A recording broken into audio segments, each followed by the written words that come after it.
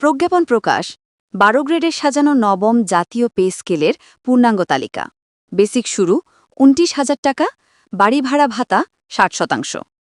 প্রধান উপদেষ্টার অনুমোদনে শেষ হল দীর্ঘ অপেক্ষা। কর্মচারীদের বেতন, সুবিধা ও পদোন্নতিতে আসছে বড় পরিবর্তন। আপনি যদি একজন সরকারি চাকরিজীবী হয়ে থাকেন, তাহলে নবম পে স্কেলের আপডেট সবার আগে পেতে দয়া করে আমার এই চ্যানেলটি সাবস্ক্রাইব করে ভিডিওতে লাইক করে দিন। প্রজ্ঞাপন জারি হওয়ার সঙ্গে সঙ্গে সরকারি দপ্তরগুলোতে নতুন আলোচনার কেন্দ্রবিন্দু এখন ১২ গ্রেডে প্রকাশিত নবম জাতীয় পে স্কেলের পূর্ণাঙ্গ বেতন তালিকা। বেসিক শুরু ২৯,০০০ টাকা, সঙ্গে থাকছে ৬০% হাউস রেন্ট। এমন একটি কাঠামো যা পুরো প্রশাসনে নতুন গতি এনে দিচ্ছে। যমুনায় অনুষ্ঠিত চূড়ান্ত বৈঠকে প্রধান উপদেষ্টা ও পে কমিশনের অনুমোদনের পরই এই নতুন কাঠামো বাস্তবায়নের পথ খুলে গেছে। বেতন কাঠামোরই নতুন রূপ একদিকে যেমন দীর্ঘদিনের অপেক্ষার অবসান, অন্যদিকে তেমনি নতুন আসা কর্মচারীরা এখন স্পষ্টভাবে জানতে পারছেন কে কোন গ্রেডে কত বেতন পাবেন, কী হারে ইনক্রিমেন্ট বাড়বে। মাঠ পর্যায়ের কর্মকর্তা থেকে শুরু করে প্রশাসনিক গ্রেড সবকিছু এখন পুরোপুরি নির্দিষ্ট। এই পে স্কেলে সবচেয়ে বড় পরিবর্তন এসেছে গ্রেড পুনর্বিন্যাসে। আগে যেখানে গ্রেড ছিল বেশি, সেখানে এবার তা সীমিত করে ধরা হয়েছে ১২-এ। এতে দায়িত্ব, অভিজ্ঞতা, দক্ষতা সবকিছু বিবেচনা করে বেতন স্কেল সাজানো হয়েছে আরও বাস্তবসম্মতভাবে। সবচেয়ে নিচের গ্রেডে বেসিক ২৯,০০০ টাকা থেকে শুরু, আর উঁচু গ্রেডগুলোতে বেতন কাঠামো আরও আকর্ষণীয়। বাড়ি ভাড়া ভাতা ৬০% করাই কর্মচারীদের জন্য বড় স্বস্তি এসেছে, কারণ দেশের শহরাঞ্চলে বাসস্থানের খরচ যেভাবে বেড়েছে, এই ভাতা সরাসরি প্রভাব ফেলবে মাসিক হাতে পাওয়া টাকার ওপর। বিশেষত যাদের বেসিক ৩০-৪০ হাজার টাকার মধ্যে, তাদের জন্য ৬০% হাউস রেন্ট বড় এক আর্থিক বুস্ট হয়ে দাঁড়াবে। নতুন পে স্কেলে স্পেশাল অ্যালাউন্সগুলো নিয়েও এসেছে সুস্পষ্ট দিক নির্দেশনা। দাপ্তরিক দায়িত্ব, ঝুঁকিপূর্ণ কর্মস্থল, মাঠ পর্যায়ের কাজ, এসব ক্ষেত্রে নতুন অ্যালাউন্স যুক্ত হওয়ার বিষয়টিও আলোচনায় আছে।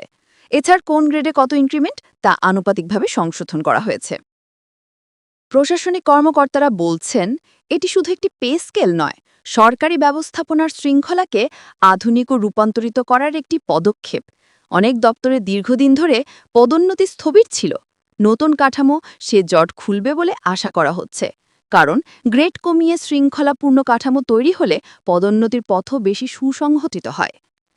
অন্যদিকে মাঠ পর্যায়ের কর্মচারীরা বলছেন, বাড়ি ভাড়া ভাতার ৬০% নির্ধারণ তাদের বাস্তব চাহিদার সঙ্গে মিলে গেছে, কারণ ভাড়া বাড়লেও আগের স্কেলে সেই সামঞ্জস্য ছিল না। এবারও নতুন স্কেলে সেই অসুবিধা কাটছে। শিক্ষা, স্বাস্থ্য, প্রশাসন, আইন শৃঙ্খলা সব খাতেই নতুন পে স্কেলের তালিকা প্রশংসিত হচ্ছে। অনেকেই বলছেন, দীর্ঘদিন পর যেন এক ধরনের স্থিতি ফিরে এসেছে। আগের পে স্কেলে যেমন অসামঞ্জস্য ছিল, এবার তার অনেকটাই সমাধান হয়েছে। নতুন কাঠামোয় গ্রেড ভিত্তিক বেতন তালিকাগুলো এমনভাবে সাজানো হয়েছে যাতে অভিজ্ঞতা অনুযায়ী ধাপে ধাপে উন্নতি করা যায়। অর্থাৎ নতুন নিয়োগপ্রাপ্ত একজন কর্মচারী কয়েক বছরের মধ্যেই স্পষ্টভাবে বুঝতে পারবেন তার পরবর্তী ধাপ কোথায় এবং কত বেতন বৃদ্ধি হবে। আর্থিক বিশেষজ্ঞরা বলছেন, এই কাঠামো কর্মচারীদের মোট বেতন ব্যয় কিছুটা বৃদ্ধি করলেও এটি প্রশাসনিক সক্ষমতা বাড়াবে। কর্মচারীদের মনোবল, কাজের মান, দাপ্তরিক দক্ষতা সবকিছুতেই প্রভাব পড়বে বলে তাদের ধারণা। কারণ দীর্ঘদিন ধরে অনেকে একই বেতনে কাজ করলেও মূল্যস্ফীতির সঙ্গে তাদের বেতন কাঠামো তাল মেলাতে পারেনি। নতুন বেতন স্কেল সেই ঘাটতি পূরণে গুরুত্বপূর্ণ ভূমিকা রাখবে। নতুন স্কেলে পেনশন সুবিধার বিষয়েও কিছু পরিবর্তন আসতে পারে বলে আলোচনা রয়েছে, তবে সেগুলো এখনও চূড়ান্ত হয়নি। অনেক বিশেষজ্ঞ বলছেন, যদি পেনশন কাঠামো নতুন বেসিকের ওপর ভিত্তি করে সাজানো হয়, তাহলে অবসর পরবর্তী আর্থিক নিরাপত্তা অনেক বেশি নিশ্চিত হবে। এই স্কেলে গ্রেড সংখ্যা কমানো হলেও দায়িত্বের স্তরগুলো এমনভাবে সাজানো হয়েছে যাতে অপব্যবহার বা অন্যায্য বেতন বৈষম্যের সম্ভাবনা কমে যায়। বিশেষ করে একই ধরনের দায়িত্ব থাকা পদগুলোতে বেতন কাঠামো আগের চেয়ে আরও সমানুপাতিক হয়েছে। নতুন পে স্কেলের একটি বিশেষ দিক হল, প্রতিটি গ্রেডে বেসিকের সঙ্গে সামঞ্জস্য রেখে ইনক্রিমেন্টগুলো সমান হারে বাড়ানো হয়েছে। এতে নতুন থেকে পুরনো কর্মচারী সবাই ধারাবাহিকভাবে উন্নতি পাবেন। কর্মচারীরা বলছেন, এটি শুধু বেতন বৃদ্ধি নয়, বরং একটি স্বস্তির বার্তা। কারণ দেশের অর্থনৈতিক বাস্তবতায় যখন জীবনযাত্রার ব্যয় বৃদ্ধি পাচ্ছে, তখন এই পে স্কেল নিশ্চয়ই বড় সহায়তা হবে। যমুনায় চূড়ান্ত বৈঠকের পরই প্রশাসনের বিভিন্ন স্তরে এক ধরনের স্বস্তি নেমে এসেছে, কারণ অনেকেই মনে করেছিলেন পে স্কেল আবারও বিলম্বিত হতে পারে। কিন্তু প্রধান উপদেষ্টা ও পে কমিশনের দৃঢ় সিদ্ধান্তে এবার সবকিছু দ্রুত সম্পন্ন হয়েছে। সামগ্রিকভাবে এই নতুন 12 গ্রেডের পে স্কেল সরকারি কর্মচারীদের জন্য এক নতুন অধ্যায়। দায়িত্ব, দক্ষতা আর অভিজ্ঞতাকে অগ্রাধিকার দিয়ে তৈরি করা এই কাঠামো এখন সরকারি সেবায় আরও গতিশীলতা আনবে, আর কর্মচারীরা নতুন উদ্যমে কাজ করতে পারবেন। এটি নিশ্চিতভাবেই একটি পজিটিভ সংকেত। এই তালিকা প্রকাশের সঙ্গে সঙ্গে এখন প্রত্যেক বিভাগ তাদের অভ্যন্তরীণ কাঠামোতে প্রয়োজনীয় সংশোধন আনবে। কার পদ কোন গ্রেডে, কে কোন স্কেলে কত বেতন পাবেন, সবকিছু আনুষ্ঠানিকভাবে জানানো হবে। নতুন বেতন কাঠামো শুধু সরকারি কর্মচারীদের জীবনেই নয়, দেশের অর্থনীতি, বাজার ব্যবস্থা এবং পণ্যদ্রব্যের মূল্যেও প্রভাব ফেলতে পারে।